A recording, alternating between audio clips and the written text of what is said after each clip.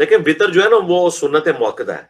لازمی سے مراد اگر آپ لے رہے ہیں فرض تو نہیں ہے. فرض تو وہی 17 رکھتے ہیں، 2 فجر 4 ظہر 4 عصر 3 مغرب اور 4 عشاء. اگر آپ لازمی سے مراد یہ لے رہے ہیں کہ تاکیدی سنت، جی فجر کی 2 سنتیں اور عشاء کے 3 وطر، یہ نبی الاسلام نے سفر میں بھی اہتمام کیا ہے. خصوصاً عشاء کے 3 وطر جو ہیں ان کے بارے میں تو مولا علی علیہ السلام کا قول ہے، جامعہ ترمذی میں، سنن دارمی میں صحیح سند کے ساتھ انہوں نے 3 دفعہ فرمایا وطر سنت ہے، وطر سنت ہے، وطر سنت ہے، لیکن اسے مت چھوڑو. 3 دفعہ انہوں نے یہ بتایا کہ میں اگر یہ چوتھے نمبر پہ جو جملہ بولنے لگا ہوں کہ وطر نہ چھوڑو، اس کا مطلب کوئی یہ نہ نکال لے کہ یہ عشاء کی نماز کا حصہ ہے.